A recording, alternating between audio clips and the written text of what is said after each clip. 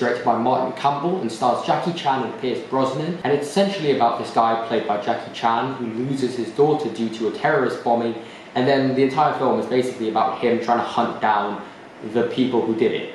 And to be honest, most people probably weren't like super excited to see this film just because like the premise isn't like anything mind-blowing. But I was pretty excited just because I love Jackie Chan, I love Pierce Brosnan, but more importantly, this film is directed by Martin Campbell, who, yes, he did direct the piece of utter pig shit that was Green Lantern, but he did also direct GoldenEye, but more importantly, Casino Royale, which is in my top 10 favourite movies of all time. And to be completely honest with you, this was a pretty damn great film. First, I really want to talk about Jackie Chan because he's one of my favourite actors, and Jackie Chan is known to most as probably the greatest action hero of all time. That's because he's just so dedicated to doing his own stunts, and the guy's like in his 60s and he's still doing his own stunts. I mean, that's just a whole nother level of dedication. The action scenes that he is involved in this film, I mean, Martin Campbell sort of brings his sort of signature style, where the action scenes are directed in such a rough and gritty and hardcore realistic way, and that being sort of combined with Jackie Chan's martial arts expertise and his sort of Eastern style input, it really works. In fact, there's this one fight scene which takes place in the woods. It is, in my opinion, the best one-on-one fight scene since the kitchen fight in The Raid 2. I mean, whoa. One thing about Jackie Chan I feel like a lot of people overlook is sort of his skills as a dramatic actor, because you know most of the time he gets sort of overshadowed by his skills as an action star.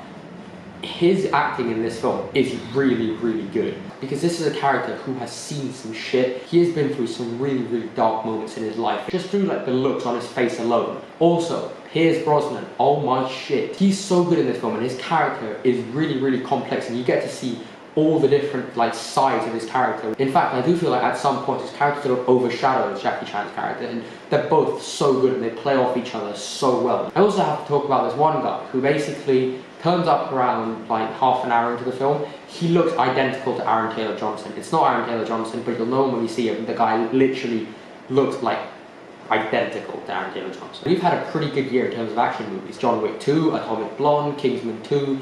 This is up there with those films. I mean, it's definitely a different style because, you know, John Wick and Atomic Blonde, Kingsman especially, the action scenes are very, very stylized, whereas with this one, you really, really feel the punches. It's very grounded, and you can kind of tell it's choreographed, but through the way it's shot and performed, it feels real, and it's really, really good. Also, I have to give a special shout out to the people who did the music for this film, because it's really unique. I really, really admire what they did with the music and the score for this film.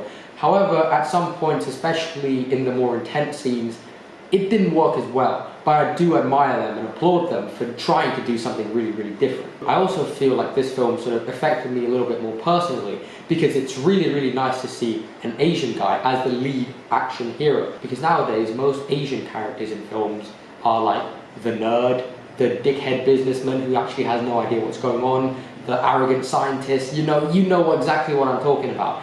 And this was just so cool to see Jackie Chan, like the biggest Asian action star. I do have one or two problems with this film, though. The first one being, it does lack a little bit of focus, especially in the second act. The best way for me to describe this is, think of the first John Wick film. So his dog gets killed, but instead of going on that ruthless, relentless hunt for Alfie Allen, he goes to the dad and asks where Alfie Allen is.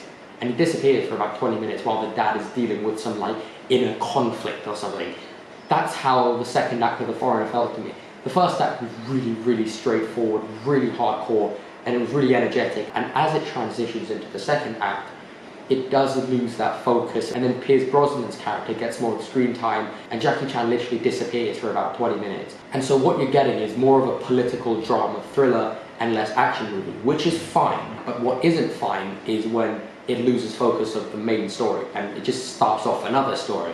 Also, I think that at times, for me, this film felt too sort of dialogue heavy, and there was just a lot of talking and a lot of, you know, characters just talking about, you know, oh, this person betrayed that person, oh, this guy's actually working for this person, well, you know, and it did get a little bit too complicated for its own good at some times. But I do, again, appreciate that this was a film that tried to be a little bit more complex, tried to be different, and, you know, tried to have a lot more attention to characters and story than most action films. And I really, really respect that, but it just sometimes doesn't work.